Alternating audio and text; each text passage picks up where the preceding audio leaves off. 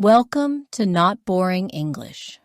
Today's story theme is Caligula Story, and this lesson is for CEFR level B1, B2. If the voice or text feels fast, remember you can slow down the playback speed in your video settings. Caligula's empty crown. The first day I ever saw Emperor Caligula, a thin fog rested over the marble steps of the palace. Torches burned along the corridor, and their light made the stone glow like warm milk. People moved quietly, as if the palace itself listened. I was a young scribe then, new to the emperor's court, and I carried my tablets and ink with careful hands. I wanted to be useful and to learn quickly. I did not expect the day to begin with laughter and end with a lesson I would never forget. Caligula arrived, not on a chariot, but on foot, wearing a bright purple cloak that seemed too large for him. His hair caught the torchlight, and his eyes shone like two small stars. He walked among the people and smiled at them in a way that made them both happy and afraid. When a guard bowed, the emperor laughed loudly and patted the guard's shoulder. When a senator spoke, Caligula waved and said, "Tell me a story." No one really knew if he wanted a story or if he wanted to watch how they answered. That morning, the emperor asked for a new game. He wanted his advisors to arrange a mock war for his entertainment. The idea puzzled many. A mock war costs lots of time and many soldiers.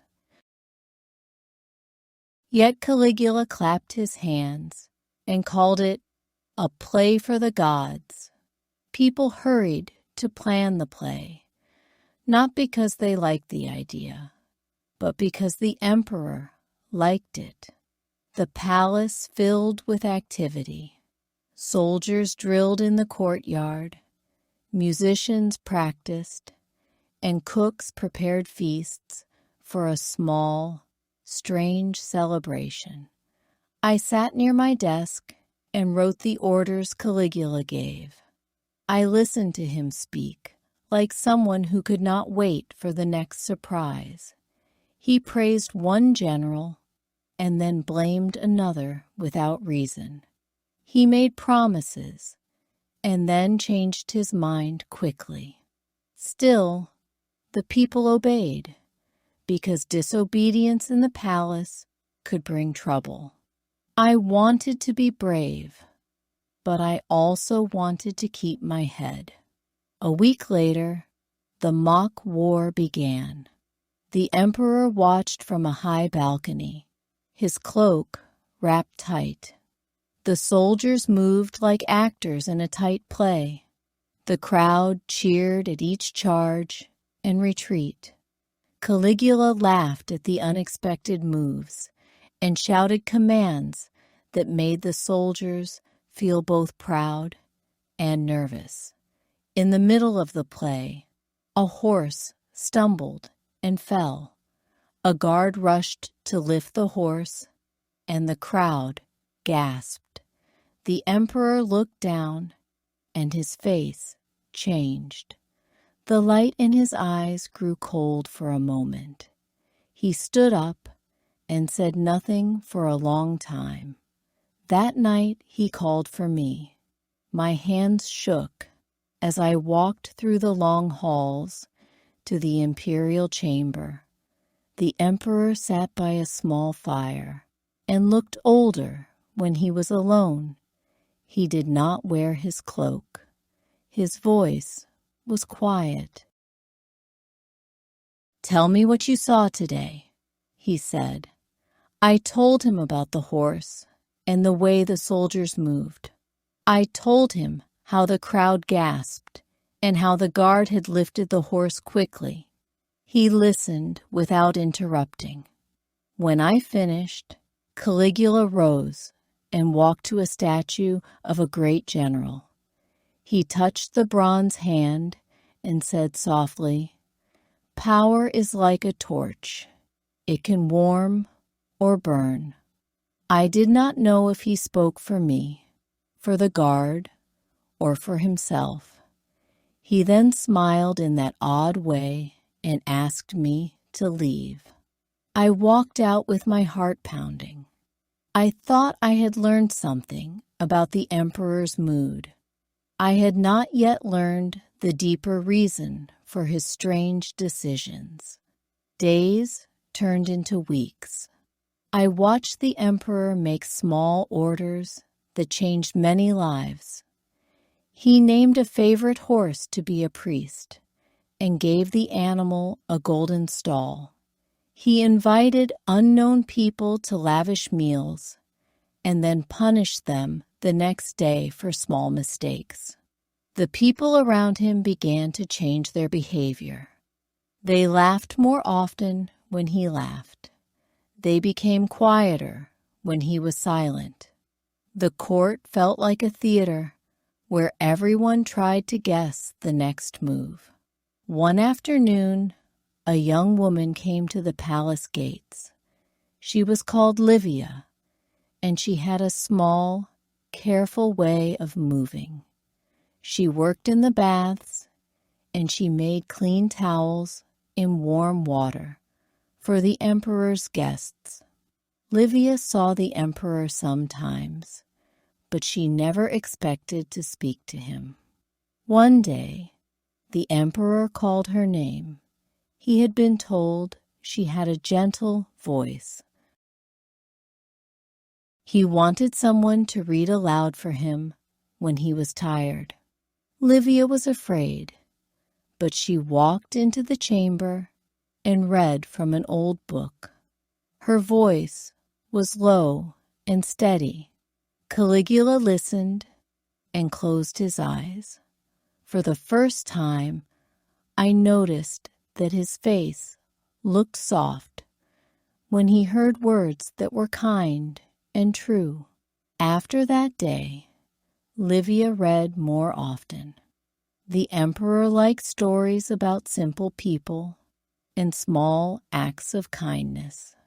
He would laugh at loud jokes, but he would also smile and say thanks when Livia finished a soft chapter. People began to see another side of him.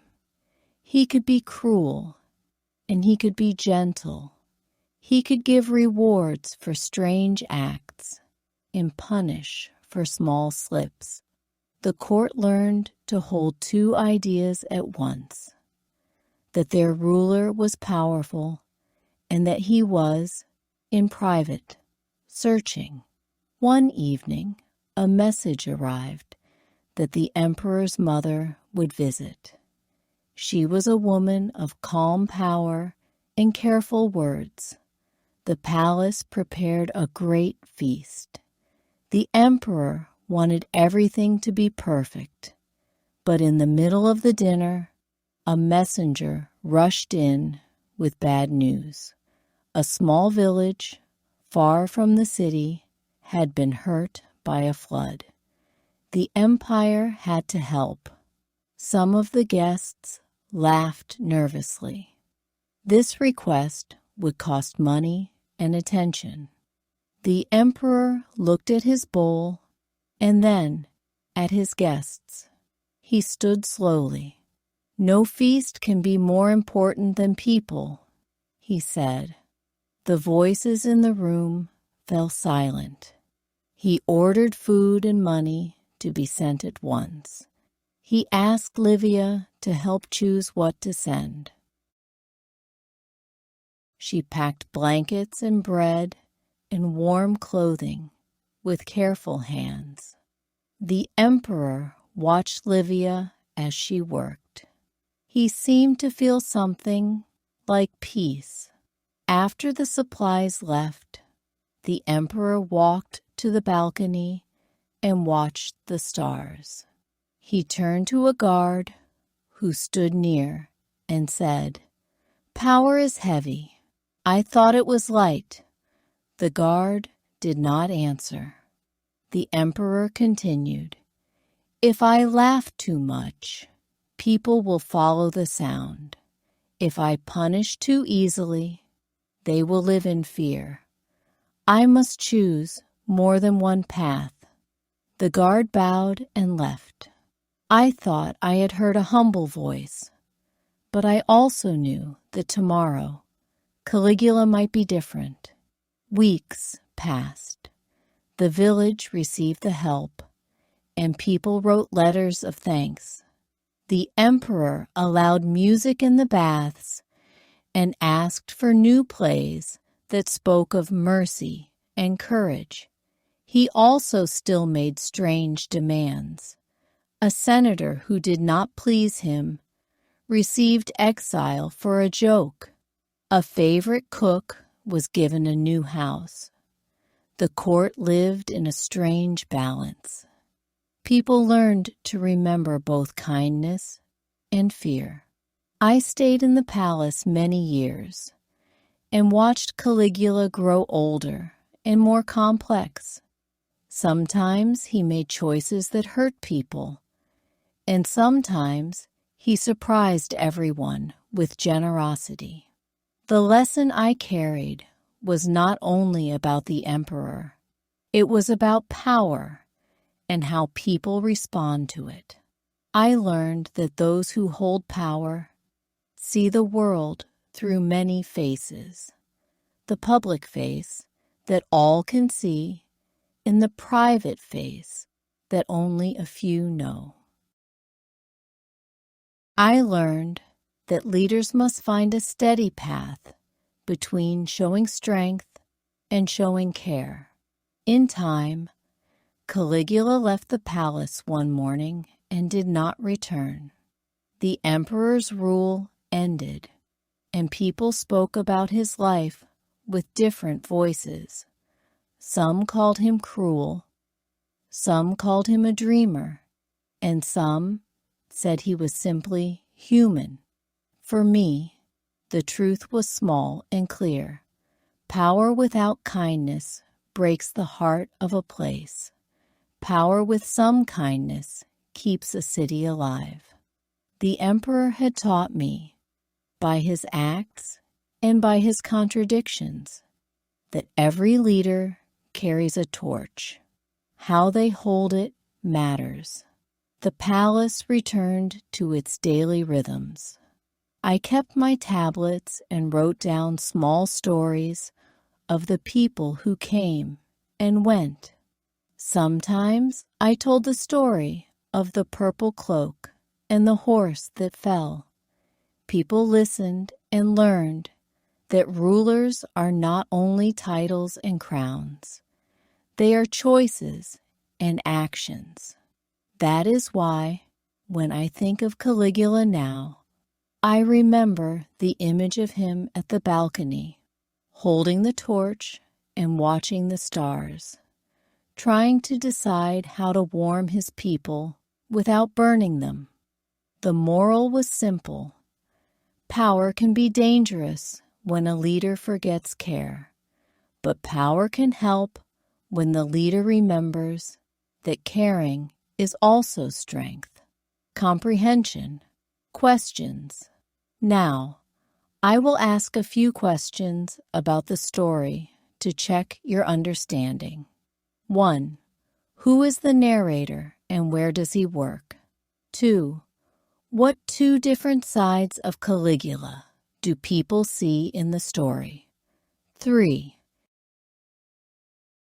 What action did Caligula take when the village was hurt by a flood?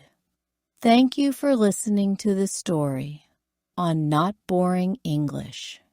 If you enjoyed it, please comment with your answers or thoughts and subscribe for more stories.